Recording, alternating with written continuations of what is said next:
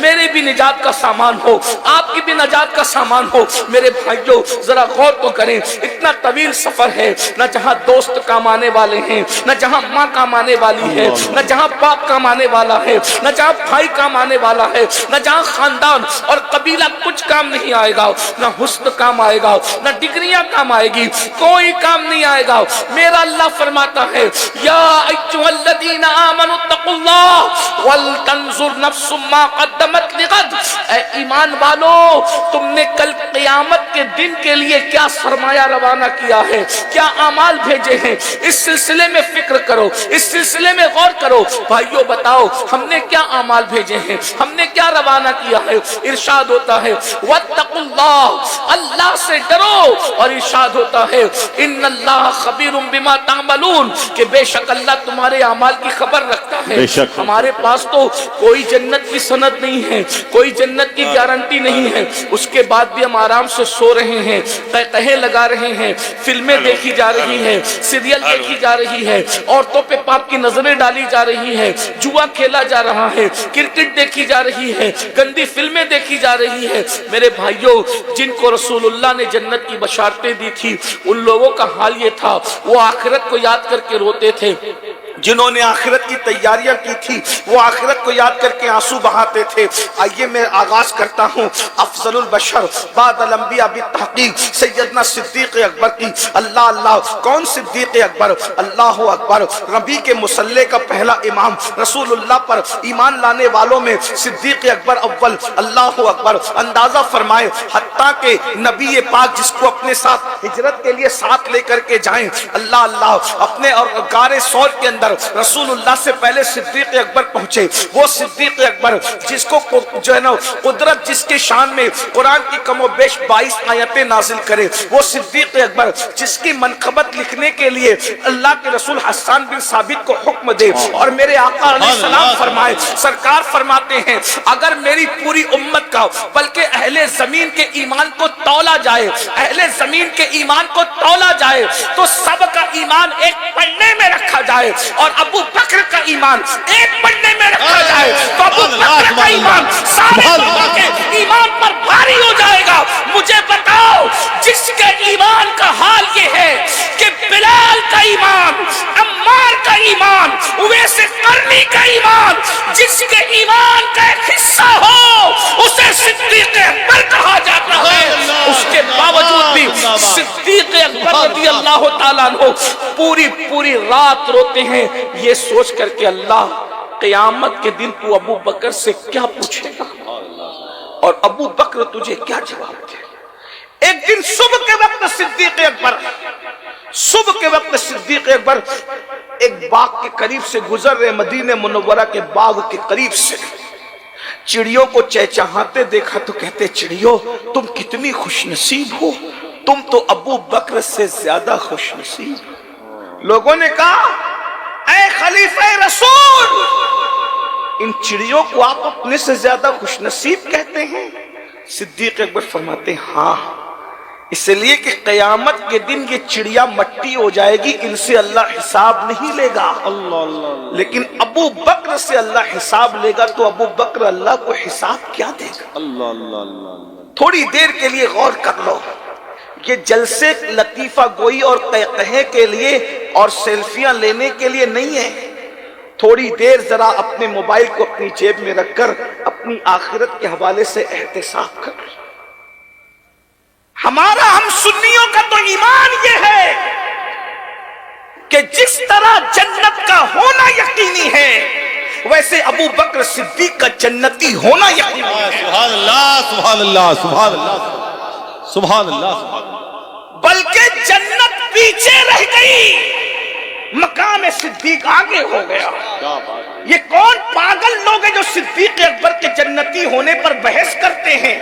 ہم نے کہا جنت کو, صدیق کو جنت کی ضرورت نہیں ہے بلکہ جنت کو صدیق اکبر کی تلاش. نعرہ تکبیر, نعرہ رسالت, مسلک اعلی حضرت, عظمت صحابہ کرام. اس کی وجہ یہ ہے کہ جب ماں کے قدموں میں جنت ہے تو رسول اللہ کے قدموں کا عالم کیا ہوگا؟ صدیق تو آج بھی نبی کے قدموں میں آرام کر رہے ہیں۔ اللہ اکبر۔ اندازہ فرمائے کتنے پاگل ہیں وہ لوگ جو اصحاب کہف کے کتے کو تو جنتی ماننے کے لیے تیار ہے اور صدیق اکبر کے جنتی ہونے پہ شکوک و شبہات کا شکار ہے۔ ارے جب وہ اپنا ایمان بچانے کے لیے سو جانے والے عیسیٰ علیہ السلام کی امت کے قدموں میں بیٹھنے والا کتا جنت میں جاتا ہے تو وہ صدیق جو نبی کے، حالانکہ حضور کا حساب نہیں ہونا ہے، لیکن یہ تعلیم امت کے لیے، ان کی شان بتانے کے لیے تو محشر ہوگا، ان کے بارے میں پوچھنے کی، ان کی وفا کے بارے میں پوچھنے کے لیے تو محشر ہوگا۔ میرے بھائیوں، مگر اللہ کے رسول 1 مہینے کے بعد گوشت کا سالن اور جو کی روٹی کھا رہے ہیں تو فرماتے ہیں کہ اللہ اگر اس کھانے کے بارے میں مجھ سے پوچھے گا تو میں کیا جواب دوں گا؟ یہ سید العالمین تعلیم امت کے لیے۔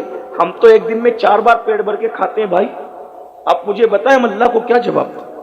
اور وہ بھی کھا کے پاپ کر رہے ہیں، کھا کے جرائم کر رہے ہیں، کھا کے گناہ کر رہے ہیں، اور اس کے بعد کیا سوچتے ہیں؟ ارے مولانا جو ہوگا دیکھا جائے گا۔ کیا کہتے ہیں؟ جو ہوگا دیکھا جائے گا۔ اور ہمارے شاعر لوگ بھی کہتے ہیں کہ جو ہوگا دیکھا جائے گا۔ بس میں آخری بات ایک حدیث پڑھ کے ختم کرنے لگا ہوں، آخری حدیث پڑھتا ہوں۔ کیا دیکھو گے وہاں جسے میدان محشر کہتے ہیں؟ کیا دیکھو گے؟ ایک حدیث دیکھیے، شاعری کی دنیا الگ ہے اور قرآن اور حدیث کی دنیا الگ ہے۔ کیا بات ہے! شاعری کی دنیا کا وہ اعتبار نہیں ہے جو قرآن اور حدیث کی دنیا کا۔ ہاں اگرچہ اشعار قرآن اور حدیث کی روشنی میں لکھے گئے تو بات الگ ہے۔ جیسے ہمارے امام سبحان اللہ، شعر بھی لکھا تو کوئی نہ کوئی آیت کی ترجمانی کی، کسی حدیث کی تشریح بیان کی، لیکن وہ امام جب شعر لکھتے ہیں تو کیا کہتے کریم اپنے کرم کا صدقہ۔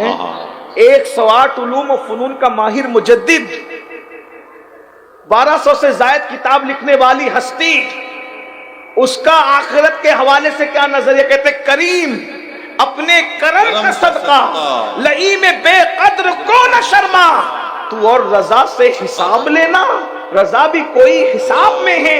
اور کہتے صدقہ پیارے کی حیا کا نہ لے مجھ سے حساب، صدقہ پیارے کی حیا کا نہ لے مجھ سے حساب، بخش بے پوچھے لجائے کو لجانا کیا ہے۔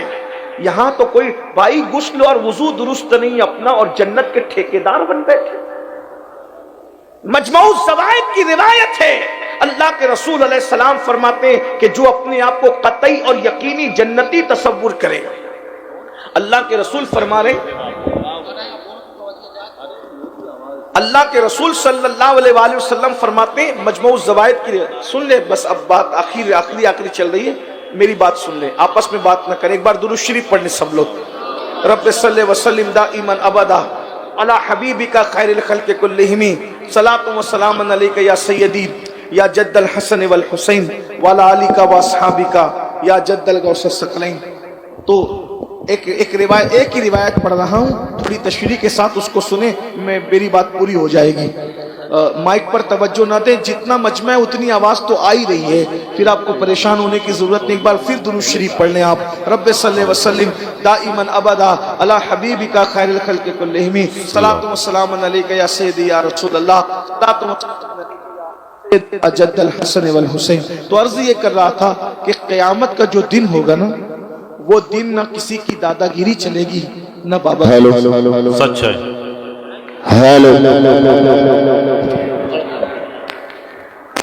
اب کیا ٹھیک کر رہے ہو؟ بیان ختم ہونے کا وقت ہو گیا ہے۔ درود شریف پڑھیے۔ اللہم صلی علی سیدنا شفیعنا مولانا وزد و بارک علی سیدنا مولانا محمد معدن الجود والکرم وآلہ وصحبہ، صلاۃ و سلام علیک یا رسول اللہ صلی اللہ علیہ وآلہ وسلم۔ جو قیامت کا دن ہے، اس دن اللہ غیرت والا فرماتا ہے فَيَغْفِرُ مَن يَشَاءُ، جس کو چاہیں گے بخشے۔ دھیان دینا، جس کو چاہیں گے بخشے۔ اب یہاں نام نہیں کہ امین القادری کو بخشیں گے، فلاں کو بخشیں گے، نام نہیں۔ روزی کا وعدہ سب سے ہے، مغفرت کا وعدہ سب سے نہیں۔